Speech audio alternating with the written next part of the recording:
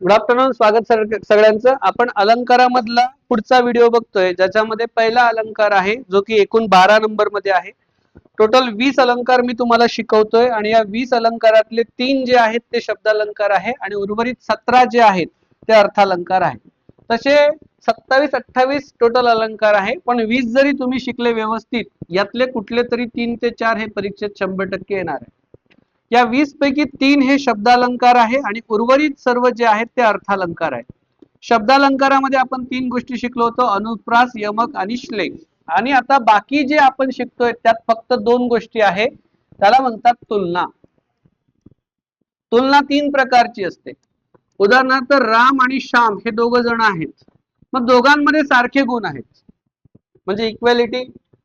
कधी कधी राम हा श्यामपेक्षा हुशार आहे, कधी कधी राम हा श्यामपेक्षा हुशार नाही म्हणजे श्याम हुशार आहे. अशा 3 प्रकारच्या तुलना आपल्याला अर्थालंकारात करायच्या असतात. आता 3 तुलना म्हणजे काय झाल्या?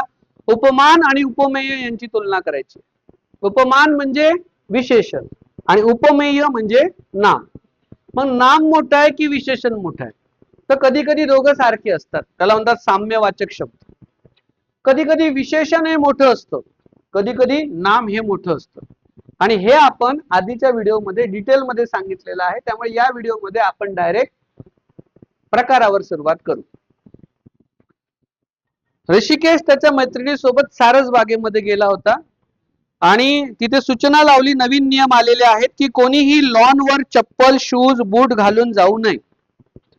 मग बाहेर जी जागा आहे सगळ्यांनी आपले खेटर तिथे काढले, चपला, आणि त्या लॉनवर हे चालत होते. तेवढ्यात ती म्हणे मी पुढे पुढे पळते, तू मागून व्हिडिओ काढ. आणि हा व्हिडिओ काढायला गेला, ती पळत होती, तेवढ्यात तिच्या पायामध्ये काटा रुतला किंवा बारीक कंकर दगड रुतला. तर काहीतरी प्लास्टिकचं पडले असेल, पिन पडली असेल, काहीतरी तिच्या पायात रुतलं. ती रुतल्यावर ती ओरडली, आई ग. दुःख इकडे झालं. काटा माझ्या पायी रुतला, शूल तुझ्या उरी कोमल का. ती आली धावत पळत, एवढं लागल्यावर हाही पळत गेला, ती पळत आली, याला पकडलं खांद्याला, म्हणते पिलू काटा माझ्या पायी रुतला, शूल तुझ्या उरी कोमल का. म्हणजे घडलेल्या घटनेचे कारण एका ठिकाणी, पण त्याचा परिणाम मात्र दुसऱ्या ठिकाणी. त्याला असंगती म्हणतात. सारखं नाही ना ते. बघा ना, एखाद्या घटनेचं कारण एका ठिकाणी आणि त्याचं कार्य दुसऱ्याच ठिकाणी. असा झोका बांधलेला आहे, आई काम करते आणि झोक्यातून बाळ खाली पडलं, बाळ ताणूलं पडलं जमिनीवरी, जखम झाली त्याच्या मातेच्या. आणि हे होतंय आणि हे आई ऑब्झर्व करते. काल माझी मुलगी घरी आली संध्याकाळी 9:30ला खेळून. आमचा नियम आहे 9च्या आत आली तर ठीक, नाही तर घरात घेणार नाही. हा, 9च्या आत घरात. ती आली 9:30ला, म्हटलं घेतच नाही घरात. म्हणे एकदा बघा तर मला.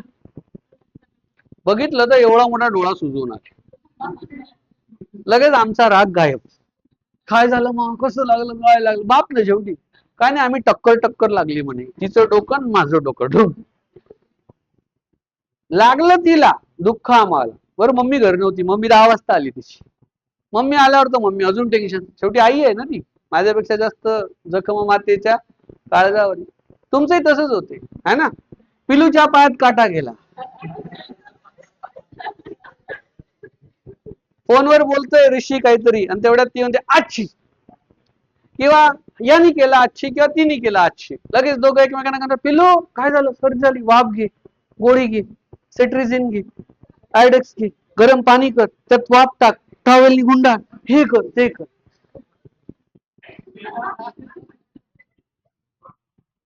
आणि आई फोन करून सांगते, बेटा घरी येताना मला थोडस अंग कणकण करते, एखादी गोळी आणतो का रे, सर्दी झाली थोडीशी, एक डिस्पेरिन घेऊन येतो का रे. हा मला वेळ नाही, आल्यावर बघीन. आणि फोनवर बोलत बोलत घरी, फोनवर बोलत बोलत गाडी चालवत घरी गेल्यावर लक्षात राहते का रे यार आईने गोळी सांगितलं. मग आता आई जाऊ दे, घरात काय असेल ते घे. आई म्हणजे राहू दे बाबा, तू आला एवढ्या भारी ट्रॅफिक मधून, किती ट्रॅफिक असते सिंहगड रोडला, राहू दे बाबा. बाप तापीने फनफन करतो, बनवण काय झालं बापाला, हिला त्याची काळजी नाही, त्या येड्याची काळजी. असं होते बरं का, असं होते. तुम्ही मनाला नका लावून घेत जाऊ, असंगती उदाहरण आहे. दुसरा आहे पर्यायुक्त अलंकार. पर्यायुक्त म्हणजे काय? ज्या अप्रिय घटना आहे, अशुभ घटना आहे, अमंगल घटना आहे, बिभत्स घटना आहे, तिथे पर्यायी भाषेचा वापर करतात. मी जेव्हा पुण्यामध्ये होतो, मला फोन आला घरून, अरे तुझ्या वडिलांचा ऍक्सिडेंट झाला. ऍक्च्युली ऍक्सिडेंट झाल्यावर ते गेले होते, पण मला सांगितलं काय, अरे तुझ्या वडिलांचा ऍक्सिडेंट झाला, तू ये लवकर निघून ये. मी निघालो. म्हटलं कुठे आहे? म्हण घरी आहेत का की दवाखान्यात आहे? दवाखान्यात आहेत म्हणे. ऍक्च्युअली दवाखान्यात नव्हतेच ते ऍक्सिडेंट मध्ये स्पॉटवरच गेले होते. पण जरी सांगतात काय, मग मी फोन लावतोय आणि सगळ्यांचेच फोन येतात अशा वेळेस आपल्याला, ज्याचे येत नाही त्याचेही येतात. मग मला जरा डाऊट आला, दया दाल में कुछ तो काला है. मग मी खोदू खोदू विचारतो काय झालं. मग एक जण, काय नाही रे, ते शांत झाले. मग शांत झाले म्हणजे काय? थंड झाले. थंड झाले म्हणजे काय? वारले. अप्रिय घटना सरळ सांगत नाही. मित्राला फोन करून सांगला, हे निघ रे, तो बाप मेला, असं सांगणार आहे का? असं नसतात सांगत. अप्रिय घटना हे अशाच सांगत असतात. पाहुणे घरी आले तुमच्या आणि तुमचा मोठा भाऊ घरात दिसत नाही. तुमच्या बहिणीला पाहायला पाहुणे आले आणि तुमचा मोठा भाऊ घरात दिसत नाही. कुठे आहे तो? मारामारी केली, कोयता गँग जेलमध्ये आहे. मग घरचे म्हणतील का जेलमध्ये नाही, तो सध्या सरकारी पाहुणचार घेत आहे, तो सरकारी दामाद आहे. मग सरकारी दामाद आहे म्हणजे कुठे आहे तो? त्याने केलेल्या चुकीमुळे त्याचे आता 12 वाजतील. घड्याळीत 12 वाजले, घड्याळीत 12 वाजले अभिदा. त्याने केलेल्या चुकीमुळे त्याचे 12 वाजतील, व्यंजना व्यंगार्थ आहे. आणि 12 वाजतील म्हणजे काय? चांगलं की वाईट? वाईट होणार आहे ना. तुम्ही काहीतरी चूक केली, तुमचे आता 12 वाजणारच आहे. याला म्हणतात अप्रिय घटना, अमंगल. आता काल आम्हाला एखाद्या मेसेज आला सकाळी सकाळीच की ते वारले बाबा, एक जण व्यक्ती वारले, अप्रिय घटना आहे. लगेच आपण काय म्हणतो? भावपूर्ण श्रद्धांजली. अमंगल घटना आपण पर्यायी भाषेत सांगतो, सरळ सांगत नाही, आडवळणाने सांगतो. लहान मुलं, हातातून काहीतरी काचेची बरणी पडते, फुटते, आई येते, विचारते काय झालं, सरळ सांगतात का ते मी फोडली? ऍक्च्युली मी व्यवस्थित ठेवत होती, पण खालचा स्टूल सटकला, स्टूल सटकला, बरणी खाली पडली. बरं, सगळ्यात खतरनाक आहे पर्यायी भाषा वापरतात, तो पर्यायुक्त अलंकार असतो.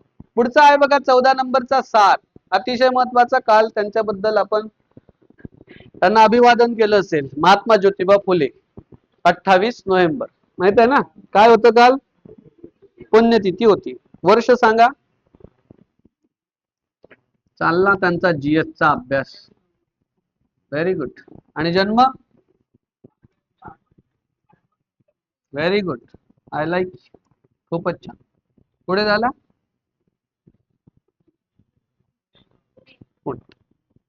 खरंच का?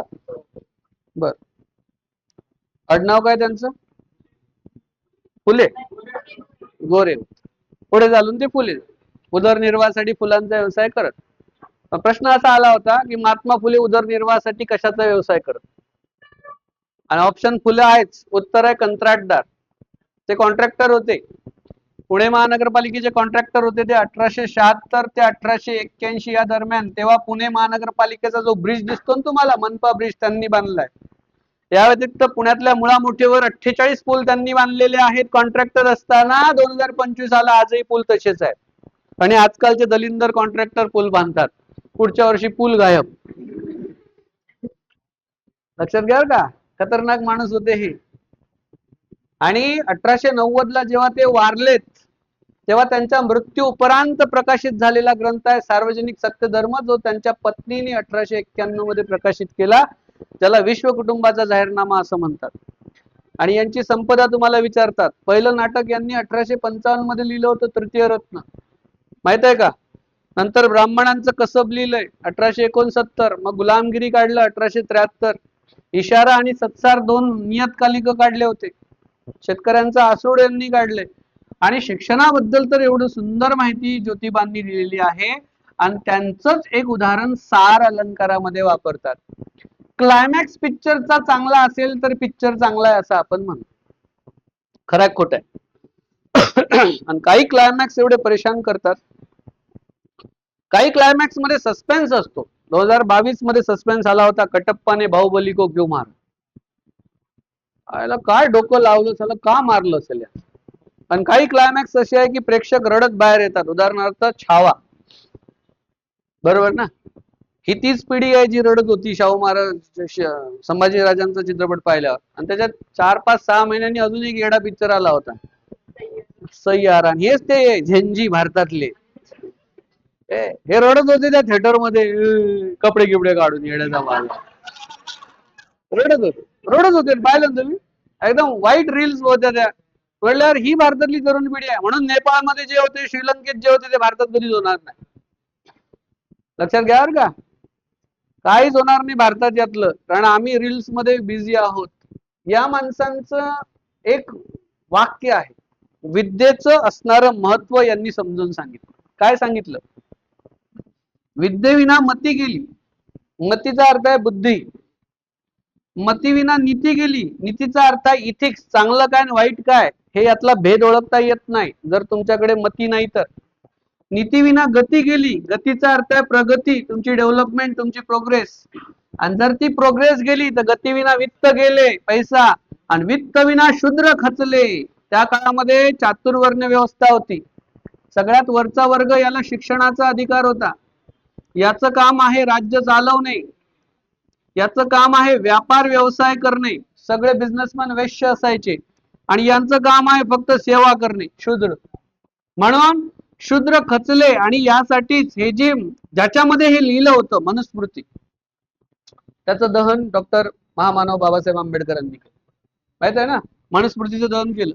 मनुस्मृतीतला एक किस्सा सांगतो, तुम्हाला आवडेल कदाचित. बापानं घेतलेलं कर्ज फेडायची जबाबदारी पोराची आहे. चला, आपला बाप निघा विजय माल्य,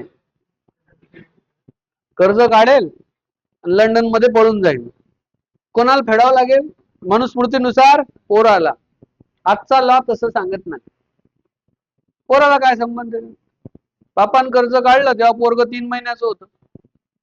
बापानी कर्ज काढलं तेव्हा पोरग 10वीत होतं, 5वीत होतं. त्यांनी एवढी कर्ज काढले. बापाच्या मालमत्तेतून तुम्ही वसूल करा, ते इट्स ओके, पण ते त्या मुलाला पकडा हे चुकीचं आहे. असे अनगिनत गोष्टी आहे. म्हणून बाबासाहेबांनी मनुस्मृतीचं दहन केलं. तुम्ही जर मनुस्मृती वाचली ना तर तुम्हाला कळेल की का केलं. तुम्हाला ते भेटणार नाही मार्केटमध्ये, कारण बरेचसा वर्ग असा आहे की असे पुस्तकं मार्केटमध्ये ठेवूच देत नाही. पण तुम्ही बाबासाहेबांचे 2 पुस्तकं नक्की वाचा, riddles in Hinduism and who were Shudras. शूद्र कोण होते, आणि रिडल्स मराठीत उपलब्ध आहे. तुम्ही जर एबीसी मध्ये गेले ना, तिथे जगातले सगळे पुस्तकं भेटतात, सगळ्या भाषेतले. असे पुस्तकं आणायला पाहिजे आणि वेळात वेळ काढून वाचायला पाहिजे. त्यात तुम्हाला कळेल की यार, हे जे म्हणतात ना वित्त विना शूद्र खचले, म्हणजे हे सेवा करणारे लोक. आणि हे सगळं कशामुळे झालं? म्हणून सार्वजनिक सत्य धर्मामध्ये त्यांनी 1891 मध्ये त्यांच्या पत्नीने प्रकाशित. बरं, पक्षाघात झाला होता त्यांना. पूर्ण राईट बॉडी त्यांची काम करत नव्हती 5 वर्ष. डाव्या हाताने तो ग्रंथ लिहिला होता, द ग्रेट महात्मा ज्योतिबा फुले. एखाद्या वाक्यातली कल्पना चढत्या क्रमाने सांगायची आणि एंडला क्लायमॅक्स सांगायची. तसं लहानपणी आजी गोष्टी सांगायची, आजीबाईचा बटवा, आजोबा गोष्टी सांगायची, आणि सगळे लहान मुलं बसलेले, हा हा मग आता आता आता आता आता. मग रावणाने सीतेला पळून नेलं. हा मग पुढे काही नाही. मग राम शोधायला निघाले. हा मग तिला अडवलं कोणी? हा अडवलं, जटायू नावाचा पक्षी होता. हा मग काही नाही, रावणाने त्याचे पंख कापले. हा मग काही नाही, त्यांना माहित पडलं ती एक एक दागिना टाकत चालली होती. मग रस्ता सापडला की या दिशेने गेली. मग आता मध्ये लागला समुद्र. मग का हो? मग हनुमानजी गेले. मग तिला सापडली कुठे? अशोकवाटिकेत. मग ते वापस आले. त्यांनी तिला ओळख दिली, पण त्यांनी ओळख दाखवली नाही. मग हनुमानजी परत आले. हा मग रामाकडनं एक अंगठी घेतली, ती तिला दाखव, मग ती ओळखेल की ही रामाचीच आहे. म्हणजे विचार करा, त्या काळात एवढं लॉजिक होतं. आजकाल नवऱ्याचा ऍक्सिडेंट हो ना हो, एक माणूस घरी येतो, वहिनी वहिनी भाऊचा ऍक्सिडेंट झाला, चला बसा. बसली वहिनी गाडीवर, अरे काही नाही झालं ऍक्सिडेंट, कोणी उल्लू बनून घेऊन जाईन तुम्हाला. पहिल्या काळात असं कुठे होतं? सीता मातेला जेव्हा हनुमानजी म्हटले की मी रामाचा भक्त सेवक आहे, विश्वास नाही ठेवला, प्रूफ दाखव, ते अंगठी दिली रामानी. आणि मग ते म्हणा हा ठीक आहे, हा आहे. मग त्याचं ऐकलं. आपण कसं हा हा मग मग पुढे झोप, आता उद्या सांगेन स्टोरी. आजी क्लायमॅक्स बिलकुल बाकी ठेवायचं. रोज रोज गोष्टी कुठून आणणार आहे आजी? बरोबर ना? सार असाच असतो. क्लायमॅक्स असा वाढत वाढत न्यायचा आणि एंड करायचा, त्याला सार अलंकार असं म्हणतात. विद्या नसल्यामुळे काय काय नुकसान झालं हे आपल्याला शेवटी कळतं. एवढं सगळं जे घडलं ते एका अविद्येने घडलं. म्हणून तुम्हाला सांगतो मित्रांनो, तुम्ही सिलेक्ट होणार नाही होणार तो फार नंतरचा विषय झाला. पण आता या वयात 4 पुस्तकं वाचा. शिकलेले पुस्तकं तुमचं मस्तक सशक्त करतील आणि आयुष्यात तुम्ही कुठे कमी नाही पडणार. जर तुम्ही शिकले नाही ना, कोणीही तुम्हाला काही पण सांगेल तुम्ही ऐकणार. जसं राजकीय कार्यकर्ते, डोकं नावाचा भाग नसतो. नेत्याने सांगितलं, हा याला फोडलं, याचं कार्यालय फोडलं, याला मार, फोड, केस झाली, हो करतो तुझी जामीन मी, पण पुढे मग मजा नाही. कळते का? त्यामुळे तुम्हाला वेळ असतो साहेब, तुम्हाला भरपूर वेळ असतो.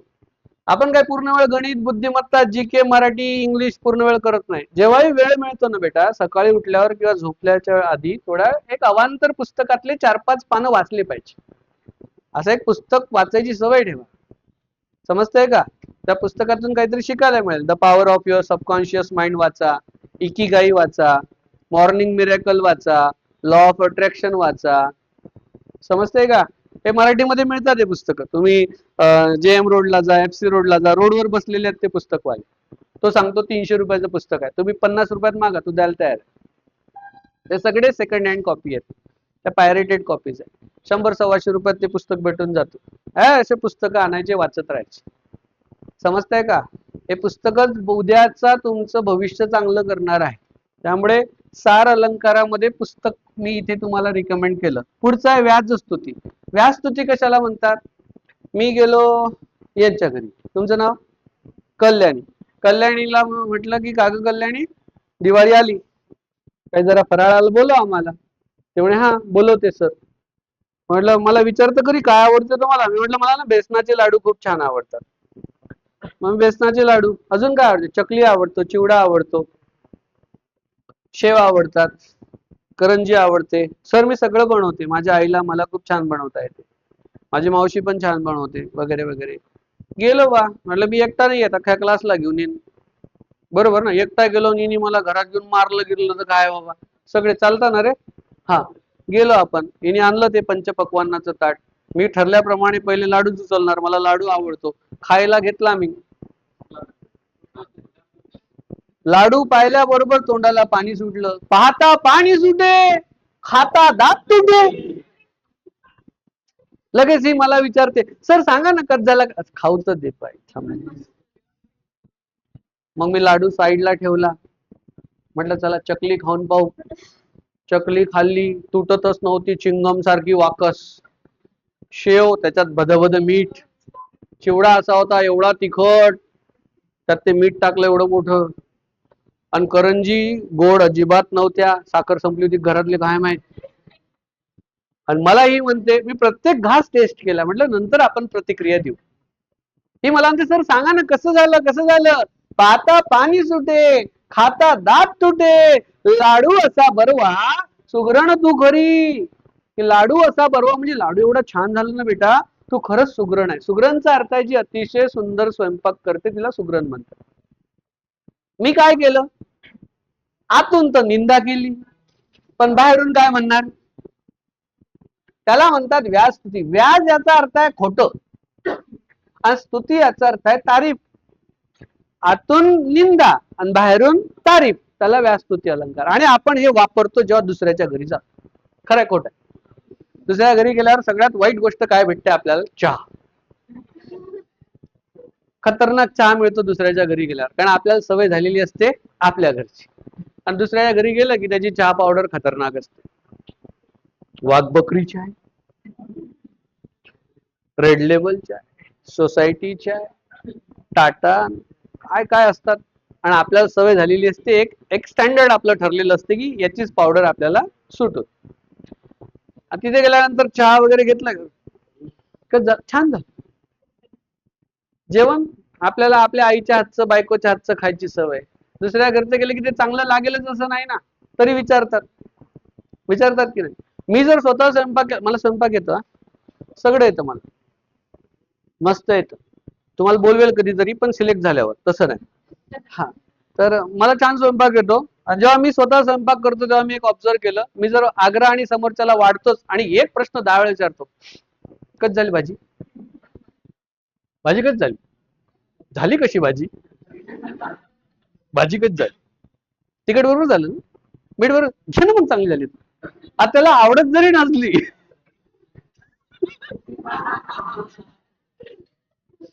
मला कळतंय की यार तिखट जास्त झाली, तो फुरफुर करणं चालू आहे, डोळ्यातून त्याच्या पाणी आलेलं आहे. तो लिंबू आहे का, आहे ना लिंबू पिळ, ते लिंबू एवढं पिळतं तरी छान झाली ना, लिंबू टाकल्यावर मस्त लागते हा.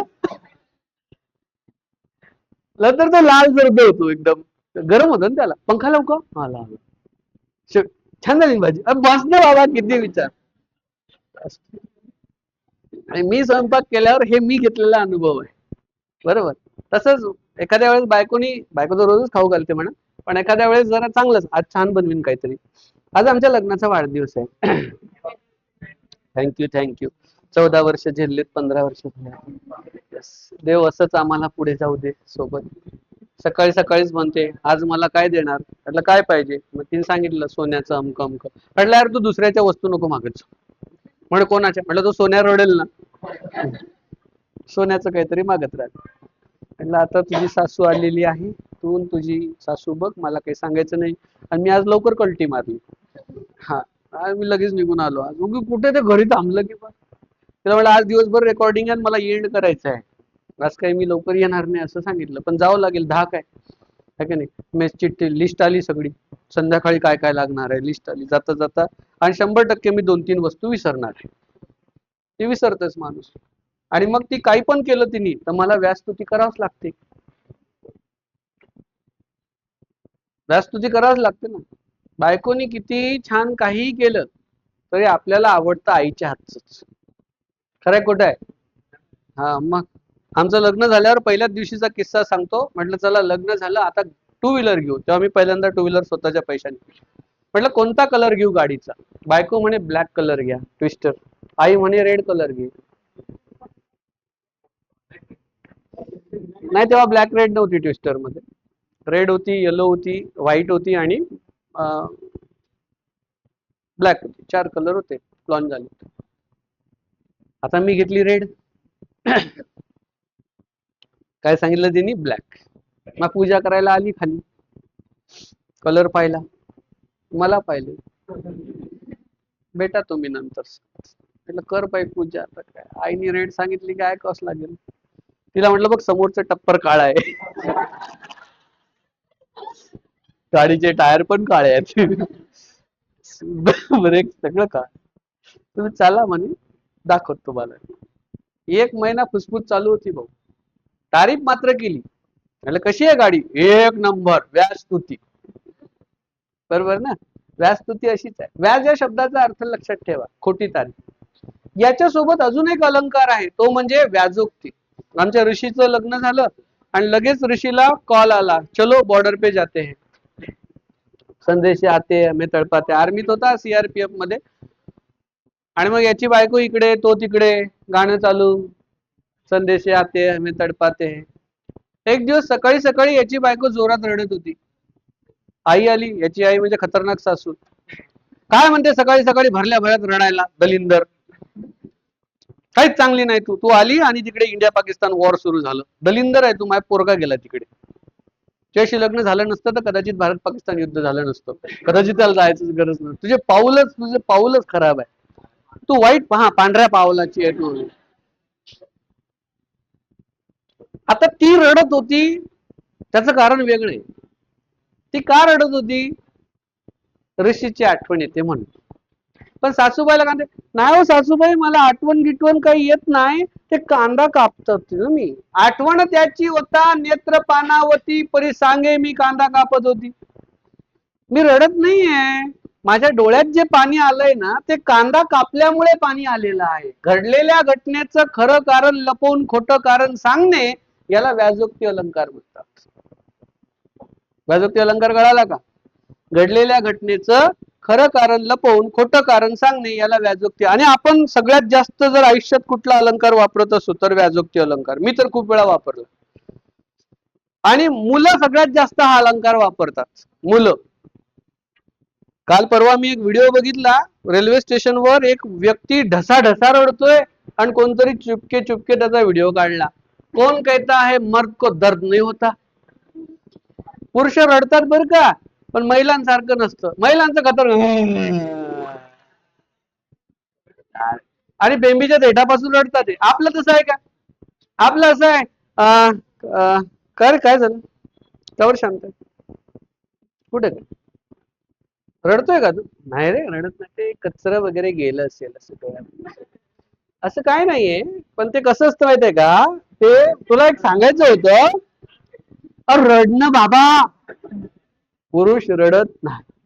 घडलेल्या घटनेचं तुम्ही आठवा, तुमचे वडील तुम्हाला समजते तेव्हापासून कधी रडलेत का? खरं सांगा. तुम्हाला जेव्हापासून मॅच्युरिटी आली, समजदारी आली, तुमचे वडील रडताना तुम्ही पाहिले का? त्यांचे वडील वारले, आई वारली, तेव्हा रडताना तुम्ही पाहिलं असेल. पण अदरवाईज तेव्हा पण रडत नाहीत ते, तेव्हाही समजदारी दाखवतात का? ते जर रडले तर बहिणी तुटून पडतील.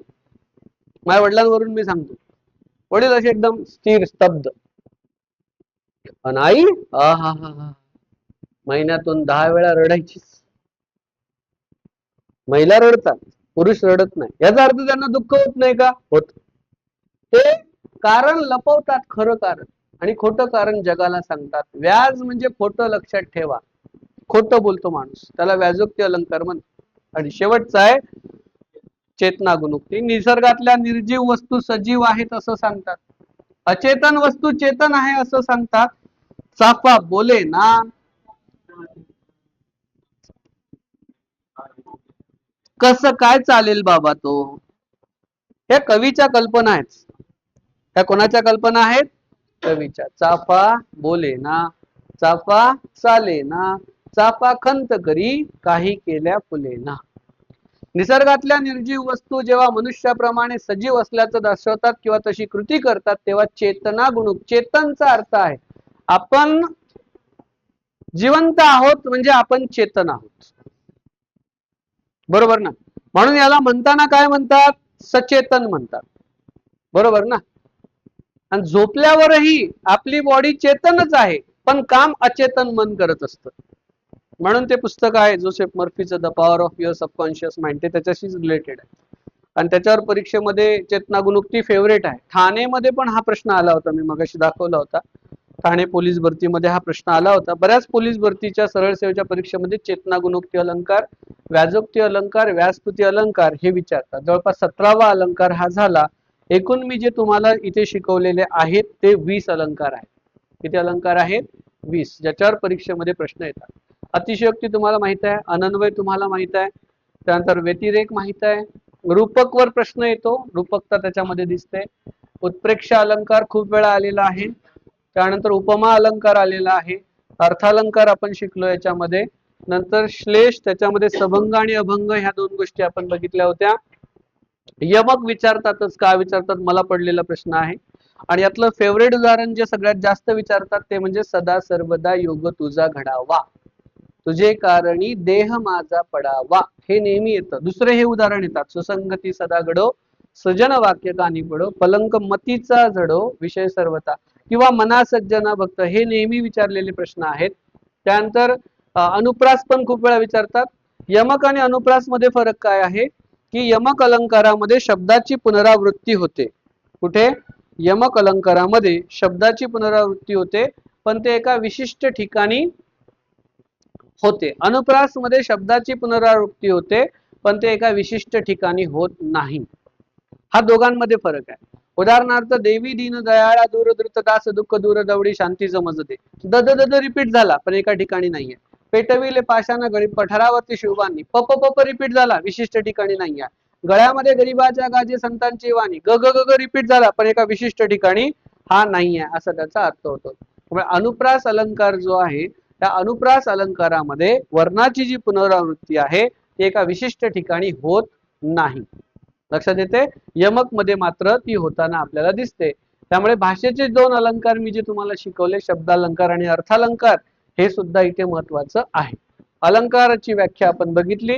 आता यातला पुढचा जो घटक आहे सगळ्यात महत्वाचा, तो म्हणजे रस आणि गुण. आणि रस आणि गुण हे कवितेचे आहेत. कोणाचे आहेत? हे कवितेचे रस किंवा गुण आहेत असं आपण तिथे म्हणतो. आता तुमच्या आणि माझ्या बॉडीमध्ये 9 प्रकारचे स्थायी भाव आहेत. आणि हे 9 प्रकारचे स्थायी भाव जोपर्यंत मला माझ्या गावातल्या स्मशानभूमीत नेत नाही तोपर्यंत ते असतात. किती? 9 प्रकारचे रस. जेव्हा मी जाणार, इथून निघून जाणार परमनंटली, तेव्हाच ते रस संपणार आहे, तोपर्यंत ते रस संपत नाही. हे खरं आहे. म्हणजे जोपर्यंत आपला जीव चेतन आहे, आपण झोपलेलो असो जागे असो, हे 9 रस आपल्यात असतात. कारण हे 9 स्थायी भाव आहेत. योग्य वेळीच हे स्थायी भाव नवरस बाहेर येत असतात. आणि ज्याला हे स्थायी भाव कळाले त्याला हे नवरस कळतात. त्यामुळे नवरस आपण इथे पहिल्यांदा शिकायच्या आधी 9 मानवाचे स्थायी भाव समजून घेऊ आणि याच्यावर आधारित मग ते 9 रस कसे तयार होतात ते सुद्धा आपण या रसाच्या टॉपिक मध्ये आपण इथे बघूया. त्यासाठी तुम्ही काय करायचं आहे, जसं आता मी क्लासमध्ये कॉमेडी करतो तेव्हा तुम्ही हसता, जेव्हा मी गंभीर एखाद्या विषयावर चर्चा करतो तेव्हा तुम्ही गंभीर होता. जेव्हा आपण मंदिरात जातो तेव्हा आपण शांत होतो. आपण बसनी प्रवास करतो आणि कोणीतरी उलटी केली आपल्याला घाणेरडेपणा वाटतो.